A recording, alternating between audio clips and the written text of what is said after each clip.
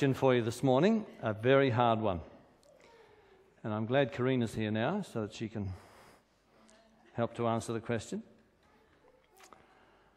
A question. There are 2 chapters in the Bible that are identical.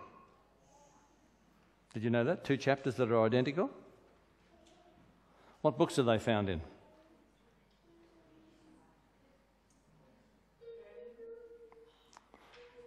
I said this would be a tough one. Which one do you think? Can you think of 2 chapters that are identical in Daniel? There's a lot of similarities between Daniel and Revelation. That's a good answer. I'm just thinking, what's the word identical mean?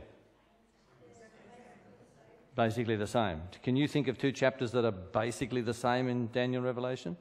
Not quite. There's a lot of similarities, so you're on the ball, but it's not Daniel and Revelation. Thank you for answering up. Good boy. Anyone else? Genesis and Revelation. Identical. Daniel? Daniel's not one of them, no. And neither is Revelation, actually. Someone saying what? Jeremiah or Isaiah. Now, come on. What about Genesis, Exodus, Leviticus, Numbers, Deuteronomy? We can go through the lot. Which one are you going to decide on?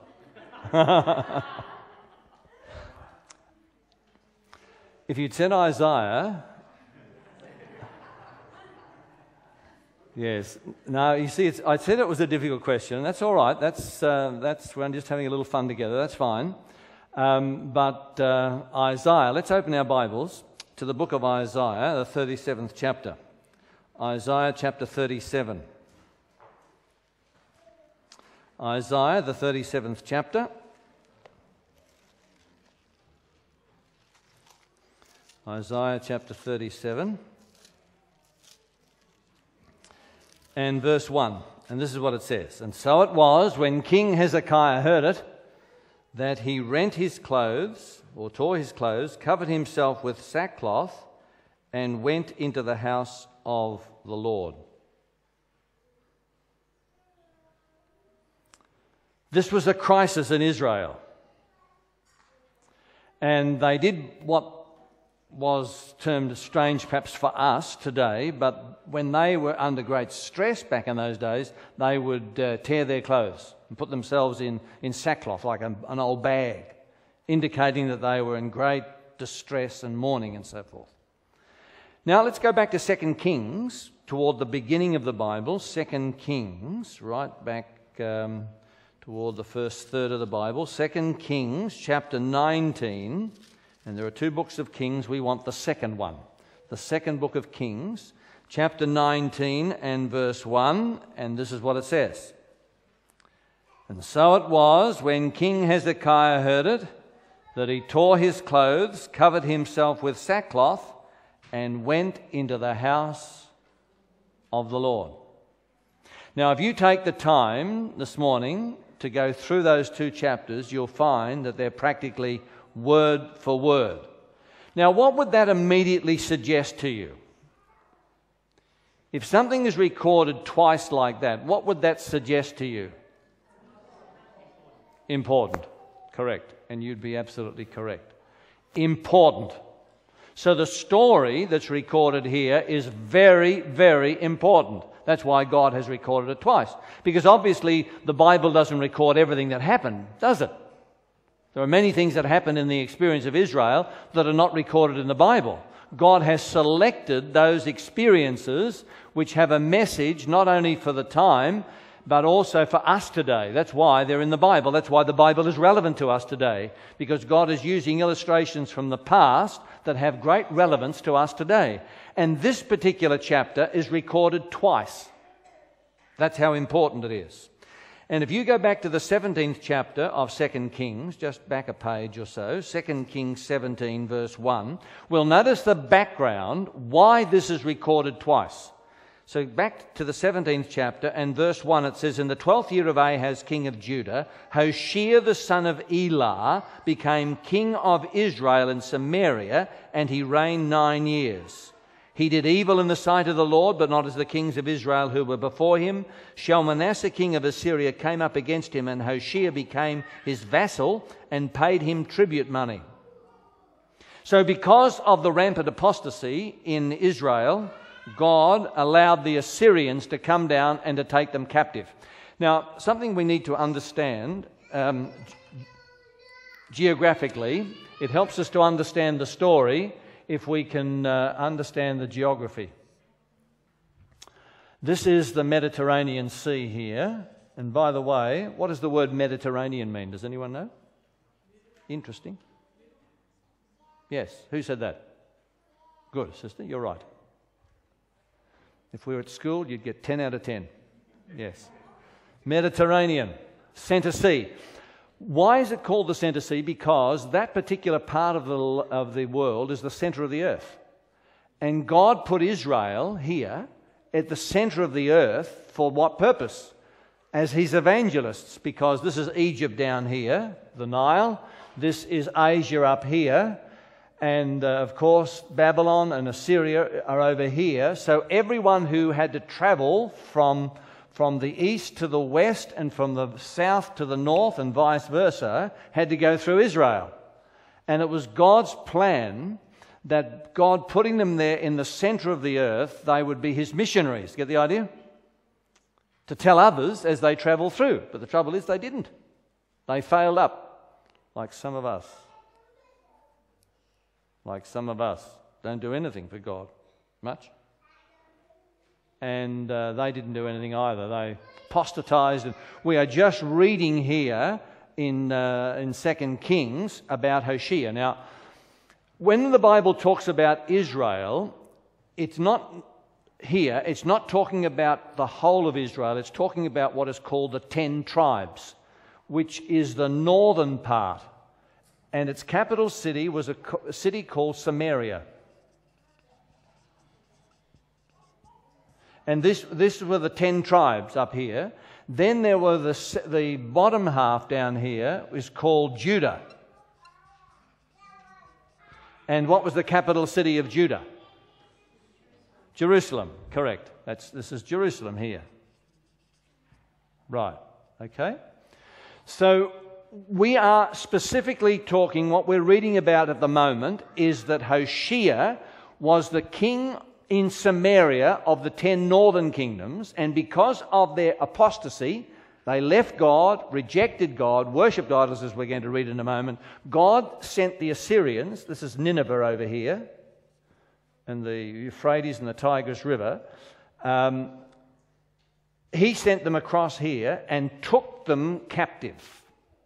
So we're going to pick up the story now that Israel is in captivity, and Shalmaneser, the Assyrian, has come down and he has wiped them off really the face of the earth. Just completely annihilated them. In fact, if you notice verse 16, this is chapter 17, 2 Kings 17, verse 16 it says, they left all the commandments of the Lord their God. This is the reason why God allowed the Assyrians to come down. They left all the commandments of the Lord their God, made for themselves a moulded image and 2 calves, made a wooden image and worshipped all the host of heaven and served Baal. What's that? Sun worship, isn't it? And as you read on, that's not a very nice picture actually. Verse 18 says, therefore the Lord was very angry with Israel, removed them from his sight. There was none left but the tribe of Judah alone. So now as we pick up this story, the 10 northern kingdoms have been taken into captivity by the Assyrians. All that's left are the 2 southern kingdoms, which the Bible calls Judah. All right? This is the geographical background to this story. But what happened with Judah? Verse 19, and also Judah did not keep the commandments of the Lord their God, but walked in the statutes of Israel, which they made. So there was a rampant apostasy. Israel's already gone into apostasy. They've already been taken captive. Judah is smitten down in apostasy. And it's with this background in mind that King Hezekiah comes to the throne. Have a look at chapter 18 and verse 1. Chapter 18 of 2 Kings, verse 1 says, "Now it came to pass in the 3rd year of Hoshea the son of Elah, king of Israel," that's the northern one, "that Hezekiah the son of Ahaz, king of Judah, began to reign." And if you read the story here, you will find that if ever there was a good man that lived, it was good King Hezekiah. Wonderfully good man. In fact, the Bible says he was the best king that Israel ever had. You know, position magnifies a man's strength or his weakness. I have people say to me what a terrible man Adolf Hitler was, and I think we'd all agree. But I think that there are plenty of people, even here in Penrith, who would be just as bad as Hitler. The only difference between them and Hitler is the fact that they don't have the position or the power to do their evil deeds. Is that right? Because all bad men aren't Germans, are they? There's plenty of Australians that are bad people too, aren't there? And there are bad eggs in every nationality. And Hitler was a dreadful man, but there are equally bad people everywhere, but they don't have the position or the power that Hitler had to put his evil deeds into practice.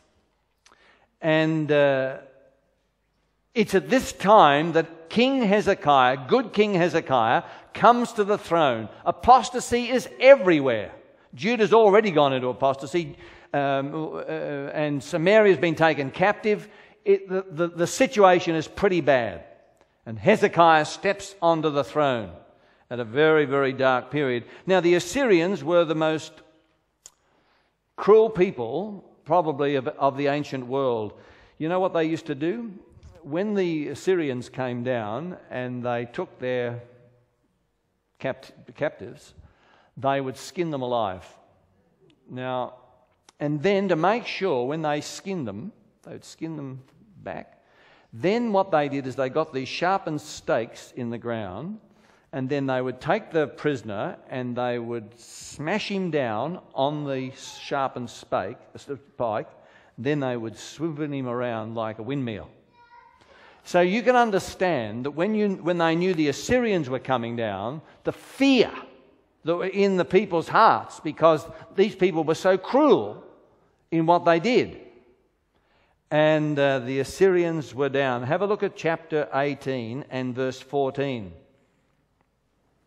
It says, "Then Hezekiah king of Judah sent to the king of Assyria at Lachish, saying, I have done wrong. Turn away from me. Whatever you impose on me, I will pay. And the king of Assyria assessed Hezekiah, king of Judah, 300 talents of silver and 30 talents of gold." What do you reckon that's worth? That's silver and gold's price today. A lot of money. If Tom was here, I'd get him to work it out. It's a lot of money.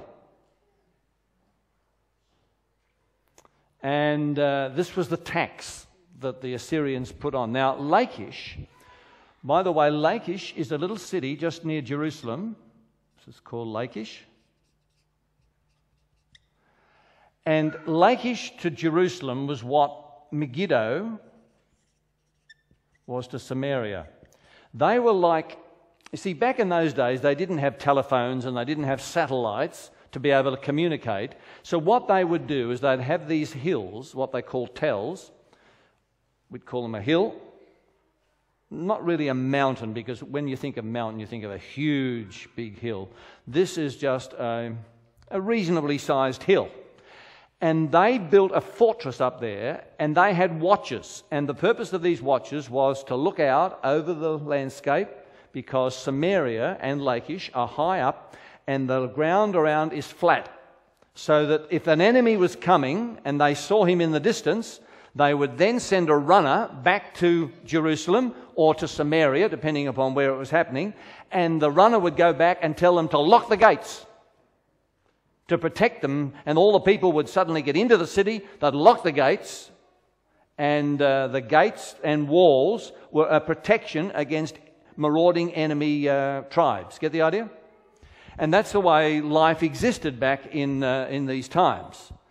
Now, Lachish was the last city before Jerusalem was to fall.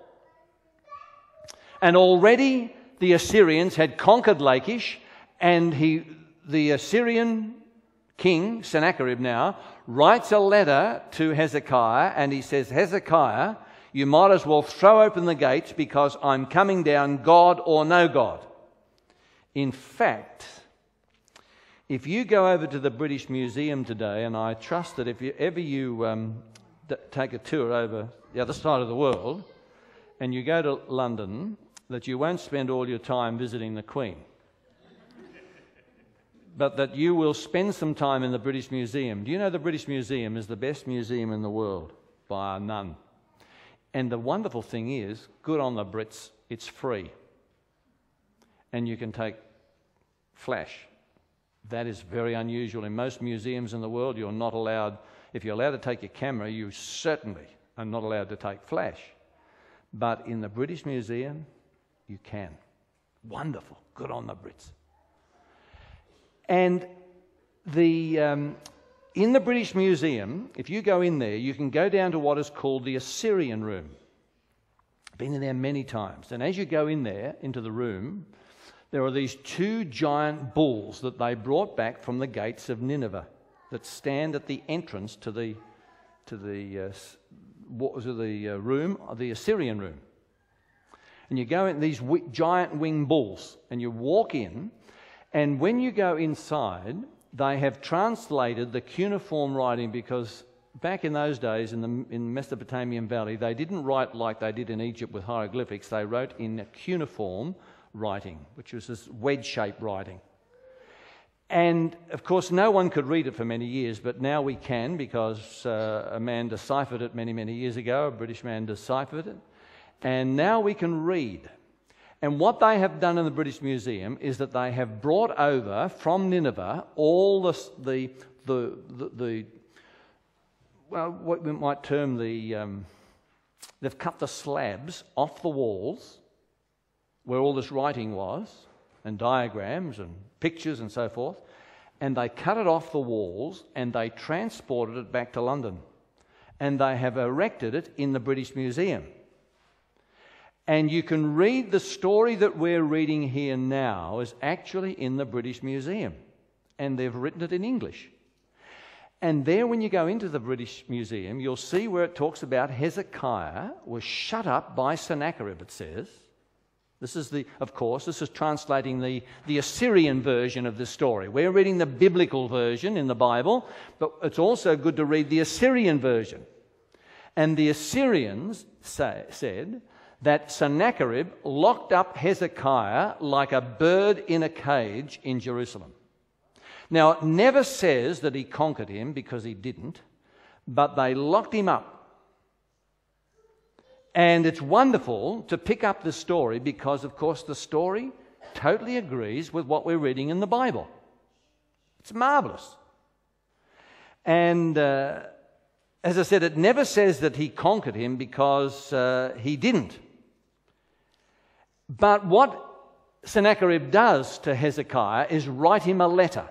And I want you to notice in chapter 18 and verse 35, this is part of the letter that he wrote to Hezekiah from Lachish. Remember, he's conquered Lachish. He's now one little dot that's left on the earth that the Assyrians haven't conquered, Jerusalem. And he writes him a letter. Of course, not on paper, but on stone. And this is what the letter says in verse 35. Who among all the gods of the lands have delivered their countries from my hand, that the Lord should deliver Jerusalem from my hand? Can you see what he's saying? No other God has protected their cities from me, and your own God never protected Samaria from me. Don't you get any idea that your God is going to protect you, because I'm coming down, God or no God, and I'm going to wipe you off the face of the earth. Now you can imagine the fear that would bring into the heart of Hezekiah and all the people when he writes his letter and says, throw open the gates because I'm coming down. And verse 36, the people held their peace. They were so frightened. And the king said, don't you answer him. Don't say anything to him. And this is the background to chapter 19, verse 1, these two chapters that are identical. That's why it starts off by saying in verse 1 of chapter 19, and so it was when King Hezekiah heard it, that is, he heard this threat from Sennacherib, that he tore his clothes, covered himself with sackcloth, and went into the house of the Lord. You know, we often hear people laugh at prayer. We were talking a little bit about this last night. People laugh at prayer. You know, people who don't go to church, atheists and agnostics and so forth, they scoff at the idea of believing in God, wasting your time and what are you, just talking to the ceiling, and prayer's useless. But I want to tell you this, as soon as they get into trouble, the same as anybody else gets into trouble, the first thing a person does is to pray, isn't that right? Especially if it's a serious issue. When life and death is in the balance, then everybody prays, right? And so it's really not to Hezekiah's credit that he prays in such a situation. Everybody would have done that. If you had the cruelest nation on the earth breathing down your throat and saying, I'm going to wipe you off the face of the earth, you might as well throw open the gates. Everybody would pray. And Hezekiah prays, and I haven't got time this morning to read all the prayer, but just have a look at verse 19. This is chapter 19. And this is part of Hezekiah's prayer. Remember, this is the chapter that's recorded twice. Now, therefore, O Lord our God, I pray, save us from his hand. Now, you'd say that too, wouldn't you? I would say that. Save us from his hand. But notice the last part of the verse. What's the reason that Hezekiah gives? That all the kingdoms of the earth may know that you are the Lord God, you alone. What was Hezekiah praying for? Just for his own skin? No, he was praying for the glory of God, that all the nations around will see that you are the true God by delivering us. And God answers Hezekiah's prayer, and notice exactly one chapter later. Chapter 18:35 is when the defiant attitude of the king Sennacherib, now God answers him in chapter 19:35, and what happens? And it came to pass on a certain night that the angel of the Lord went out and killed in the camp of the Assyrians 185,000. And when the people rose early in the morning, there were the corpses, all dead. I always smile when I read that. Ever seen a live corpse? The whole lot were dead. Now you imagine this. 185,000 of the world's toughest men are all dead with one angel flying over. You know, we ought to talk a lot more about the angels, because the Bible says all of us have a guardian angel. The angel of the Lord encamps about them that fear him and delivers them. And the Lord is very much concerned with us. Sometimes we don't realize that there's an unseen world all around us. And the Bible records that. And 185,000. And Sennacherib now, all he can do, he trots back this distance of about 600 k's from Lachish. He had to go all the way back here to Nineveh. And he didn't have a Rolls Royce to drive in. He had to walk it. So he had a long time to think about what happened. Imagine having your whole army wiped out and you're the only survivor.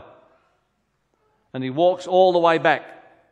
And when he gets back to his sun-worshipping priests, he says, how come? How do you explain this? Oh, they said, very, very easily. They said, you know, Hezekiah, his father was a man by the name of Abraham. And Abraham was willing to offer his son to their God. And Sennacherib thought about this. If that's the case and that made him invincible, then I've got 3 sons. I'll offer them and I'll become invincible. And notice what happened in the next verse. This is verse 36. So Sennacherib, king of Assyria, departed and went away, returned home, remained at Nineveh. Now it came to pass, as he was worshipping in the temple of Nisroch his god, that his sons Adramelech and Sharezer struck him down with a sword, and they escaped into the land of Ararat, then Esarhaddon his son reigned in his place. In other words, the sons heard about this. So before father could kill them, they got rid of father. See? And the Bible doesn't give us that little snippet of information, but when you understand what the Bible is saying and you understand a little history, then the two stories come together and make the biblical story come alive. Now, this amazing deliverance has taken place. 185,000 of the toughest men are wiped out. And I want you to notice the next news that comes to Hezekiah. Chapter 20, verse 1. What does it say? In those days, Hezekiah was sick and near death. And Isaiah the prophet, the son of Amoz, went to him and said to him, "Thus says the Lord, set your house in order, for you shall die and not live." Do you think that would be a crisis? Get your house in order because you're going to die. Does anyone know how old Hezekiah was when this happened? 49. Where did you get that from? You guessed it, didn't you? He was 39. Close. That's all right. 39. Now, when a man's 39, he's probably at the best years of his life, and I'll tell you why. There's a book written some years ago called Life Begins at 40. Now, I'm not backing the theory, but the theory of the book is this. Up until you're 40, you've learnt a few things in life. In your 40s, you've got the energy to put what you've learnt into effect. After the 40s,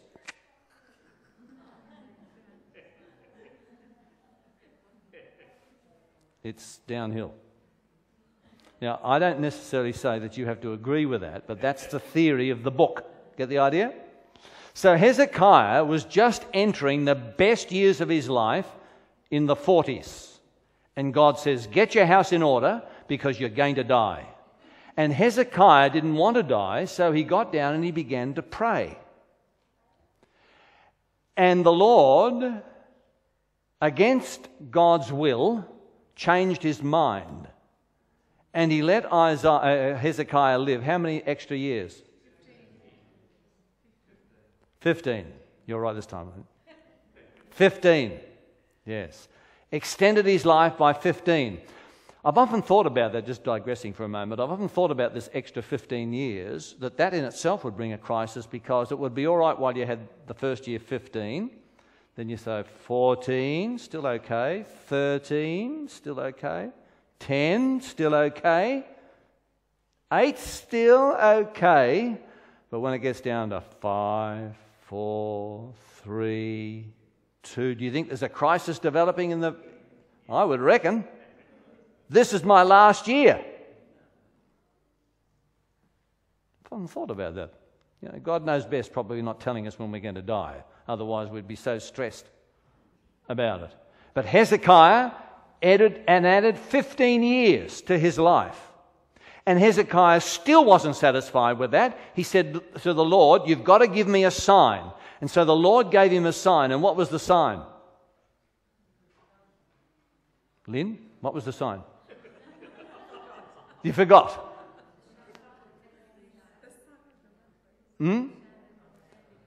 Yes, he put the sun back 10 degrees. So if the sun went back 10 degrees, what would that do to the day? Make it longer, correct.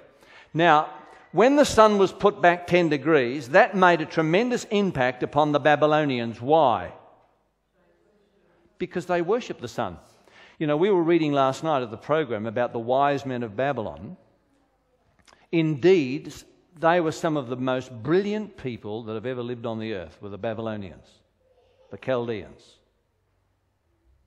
They invented a system that is superior to our decimal system. We have the decimal system, and the decimal system, you know, for those of us who were brought up in the old imperial system, the decimal system is a lot easier, because when I went to school, I had to learn 12 times table. The kids only have to learn 10 times now. And, you know, we learnt about miles and gallons and so forth, didn't we? Some of you bald-head and grey-head people know all about it. Whereas today, the kids only have to learn the decimal system, and 10 is divisible by 10 and by 2, isn't it?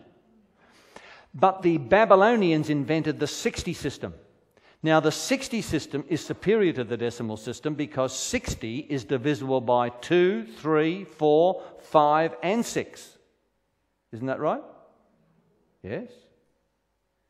That's why we have 360 degrees in a circle, which is 60 by 6. Have you wondered where the idea of 60 seconds to the minute comes from? And 60 minutes to the hour comes from? It comes from the Babylonians. We have inherited their mathematical genius. And we still use it today. And the number 6 runs all through that system. And that's why it's not surprising when we get over to the book of Revelation, we find that the head of that Babylonian system has a number 666, because 6 was the symbol of the ancient Babylonians. And they chose, or the devil chose that number in direct opposition to God, because what's God's number? 7. And it's interesting that 7 runs all through both nature and the Bible.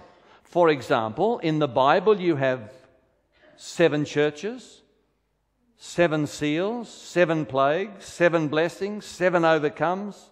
7, 7, 7 runs all through the Bible. And not only in the Bible, but it's also in nature. You musicians, how many notes are there on that piano or organ or on your oboe or baboon? That's right. How many notes are there? Those of you who know a little bit about the piano, if you go from C to B, which is an octave, there are 7 notes.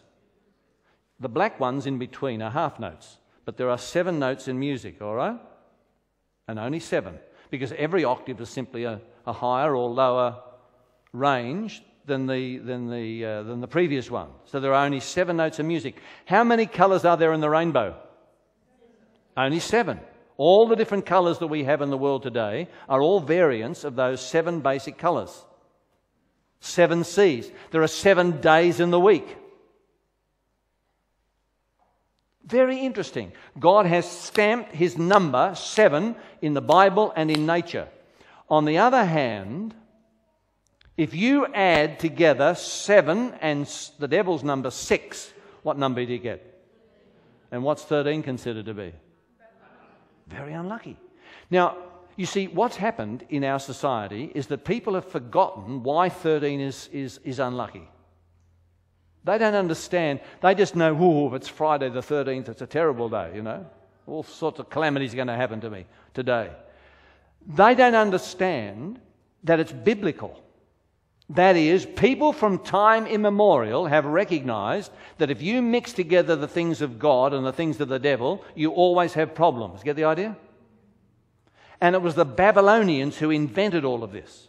So when the sun was set back 10 degrees, and they found out that it was the God of Hezekiah that actually shifted their God, they sent a delegation over to Hezekiah to find out about this God who could shift their God. And I want you to notice what happened, because in chapter 20 and verse 13, when these leaders, the world's highest academics, the world's leaders of the then known world, came to sit at Hezekiah's feet and to learn from Hezekiah, what happened to poor old Hezekiah? Have a look at verse 13. Verse 13. This is chapter 20, verse 13. And Hezekiah was attentive to them. Oh, very much so. And showed them all the house of his treasures, the silver, the gold, the spices and precious ointment, and all his armory, all that was found among his treasures. There was nothing in his house or in all his dominion that Hezekiah did not show them. What happened to poor old Hezekiah? I noticed that he didn't even mention God. Is that right? Doesn't even talk about God. All he talked to them about was Hezekiah. Boys, come over. Look, I'll show you the armory. And he went and took them and showed them all the treasures that he had. Then he went over here and showed them this and he showed them that. Oh, he didn't say it the same as Nebuchadnezzar was going to say it a bit later, but this is what he was really saying. Is not this great Babylon that I have built? Is not this great city? Is not all this that I've put together myself? And I wonder sometimes when people come to visit us whether we don't make the same mistake. You know, we give people the impression that what we have or what we're doing or what business we're running or home we have or car we drive or whatever it might happen to be, what dress we have or suit, whatever it happens to be.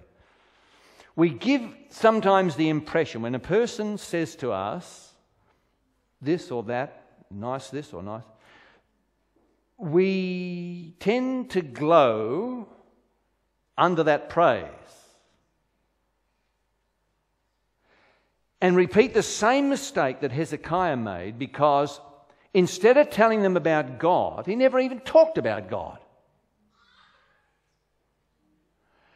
And you know, it wasn't long after the brethren from Babylon went back that God called Hezekiah. He said, Hezekiah, I've got something to say to you. And he said, Hezekiah, everything that you showed the Babylonians, they're going to come down shortly and take the lot. And do you know what Hezekiah did? He got down and prayed again, and this is what he said. If the Babylonians are going to come down and take the lot, may it be in my son's day, may it not be in my day. Now listen, if I'd been writing the Bible, I wouldn't have put that in, because that doesn't show him up in a good light, does it?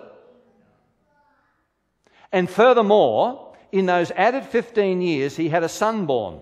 If you have a look at chapter 21, verse 1, how old was he when Hezekiah finally died after the 15 added years? How old was he? 12, which proves that he was born in the added 15 years. And I tell you, sometime if I'm here again, we might talk about Manasseh. If ever there was a wretch that lived, it was King Manasseh. The worst king that ever lived. His father was the best, he was the worst. He was a dreadful man. And the record, if you read the record, you will just be astounded at what he did. He was the one that killed Isaiah the prophet, put him in a hollow log and cut him in half. Plus many, many, many, many other things beside that. And he would never have drawn a breath if Hezekiah had followed and died when God wanted him to die. All the mistakes of Hezekiah's life were made in those added 15 years. There is nothing recorded against Hezekiah prior to those added 15 years. Now, I'm not saying that Hezekiah never made a mistake, but what I am saying is the dreadful mistakes that he made were all made in those added 15 years, which again proves to us that when we ask for God's answers to prayer, we must always pray God's will be done, because God knows best. Isn't that right? We think we know best. Of course we do. We've got all the experience and we can see the end from the beginning, therefore we can make a good judgment. But the trouble is we don't. And we see things as they are now, and we can only judge it as it appears now. But God sees the big picture. And, it reminds me of a man up in North Queensland many years ago. He was studying to become an Adventist, a big cattleman. And he said, when I was becoming an Adventist in studying the Bible, he said, I heard about the tithe. He said that nearly rocked me, because he said at the time I was struggling financially. And he said, my friends and family were telling me, don't be a fool to become an Adventist. They'll take your money and your time and so forth. And he said, I struggled, but the more I studied the Bible, the more convinced I was that what I was hearing and studying was the truth. So he said, I became an Adventist.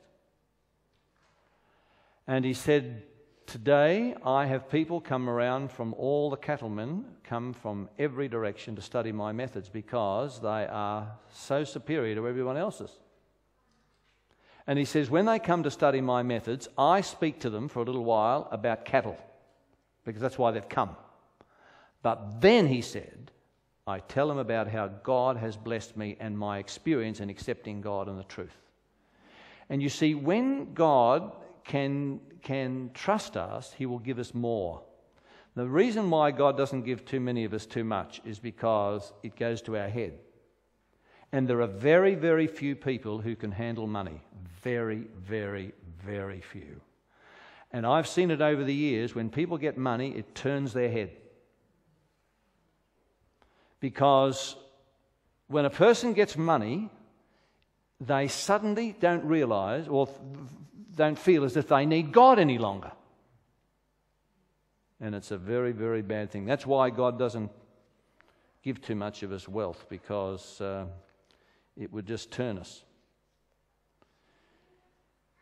And here this man Hezekiah made a dreadful mistake. He lived too long. And there are some people who live too long. And Hezekiah is one of those men.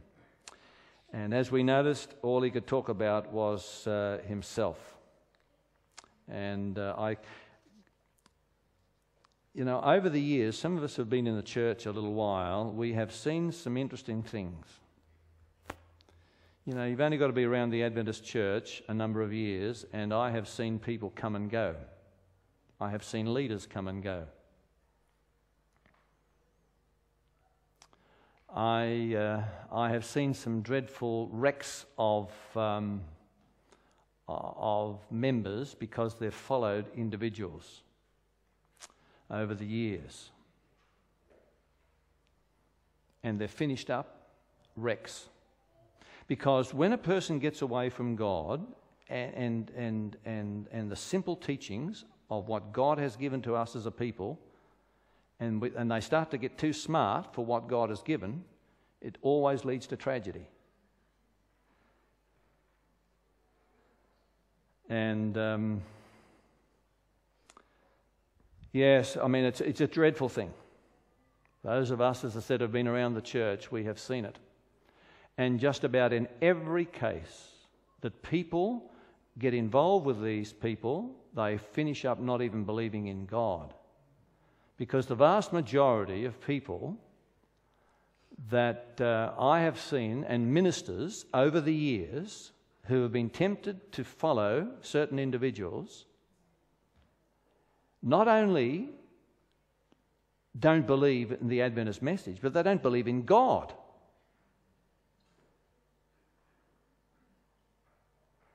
And I could tell you a lot of stories that are very sad. But they finish up in immorality, finish up broken homes, wrecked individuals. And as I've said to this individual, who's been the main perpetrator of recent apostasies, as I said to him recently when I was talking to him, I said, I don't have to discuss your theology. All I need to look at is the fruitage of it. That settles it for me. I don't have to discuss your ins and outs and what you think is correct and where you think the Adventist church is wrong. All I say is, I don't want to follow you because look what it does to people. Wrecks them. Pretty straight talk, but he needed it. And that's the truth. You watch it over the years. When you leave the church, and that's not saying the church is perfect, because the church isn't perfect. But I tell you, God has blessed the church, and enfeebled as it is, God still loves it. And I'm only protected as I stay within the church. And we need to stay within the church. And if God has something to do with the church, he will reform it himself. Isn't that right? In his time. Because this is God's church. One man said to me some years ago, he said, the Lord looked after the church before I came along, and he said, he'll look after it after I've gone. A lot of truth in that, isn't it? Yes, and I've often thought about that. It's true. Some years ago there was a couple who went over to China, grandparents, and they were doing one of these tours they do when they retire. They went over to China and they bought a beautiful vase, as only the Chinese can make. And they brought it back, sat with it on the plane, didn't even put it in their baggage. That was so delicate, it was so beautiful. And when they got it home, they put it on the mantelpiece, and there it was. It was just the pride of place right there in the lounge room. And one day, the grandchildren came over to visit them. And the little grandson was just at the age of swinging off everything, And he didn't mean to, but as he was swinging off the mantelpiece, he just knocked the vase, and it fell onto the carpet. Because it was so delicate, even though it was carpet, it just broke into hundreds of pieces. Well, what can you say? It's the grandson. Terrible. Wasn't me. Yeah, that's probably what he said, yes. With guilt all over his face. Yes, we've seen it all. And so, of course, they were greatly upset in their hearts because this thing, they just loved it. That's why they chose it. And so Grandad got some super glue and he stuck it all back together again. It took him hours, but he finally stuck it all back together again, put it back. But every time Grandma came into the lounge room, all she could see was this vase with all these dreadful cracks all over it. So I don't know why it took them so long, but one day they were sitting down having lunch together and it dawned on them. They said, I remember when we bought that thing, that the people told us, if ever we wanted anything else, just write across and we'll send it back. Why don't we send the thing back and we'll get one the same? Brilliant idea. So that's exactly what they did. And they wrote a little letter in careful English, writing it out, would you give us one exactly the same as this one? See? Now, when you're a little Chinese over in Shanghai, in a little shop, that English is just about as foreign as Chinese to us, and every word you've got to look up in the dictionary, and you look up the word exactly, and it means exactly the same as. So,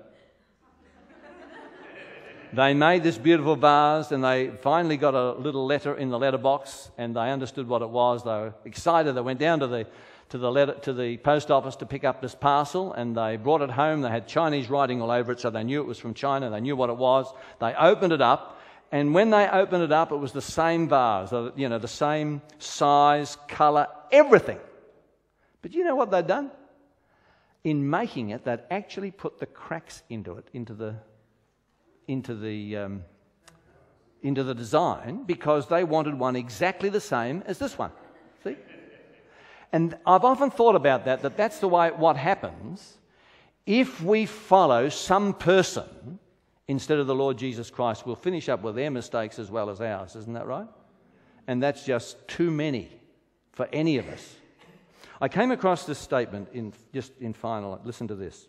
This is from Desire of Ages. Ellen White says, the Holy Spirit never leaves unaided the soul who is looking unto Jesus. If we keep our eyes fixed on Jesus, the work of the Spirit ceases not until our life is conformed to the image of Jesus. Now, that's wonderful, isn't it? If I keep my eyes fixed on Jesus, the work of the Spirit will not cease in my life until my life is conformed to the image of Jesus. And the story of Hezekiah has been recorded to show us a lesson that many of us need to learn. All of us need to learn, in fact. And if some people had learnt this, it would have saved them tragedy, that the best of men are only men at best. That's why we must keep our eyes fixed on Jesus. And if we keep our eyes fixed on him, the work of the Spirit will cease not until our life is conformed to the image of Jesus.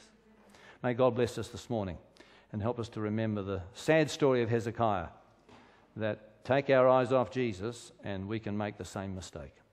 May God bless you.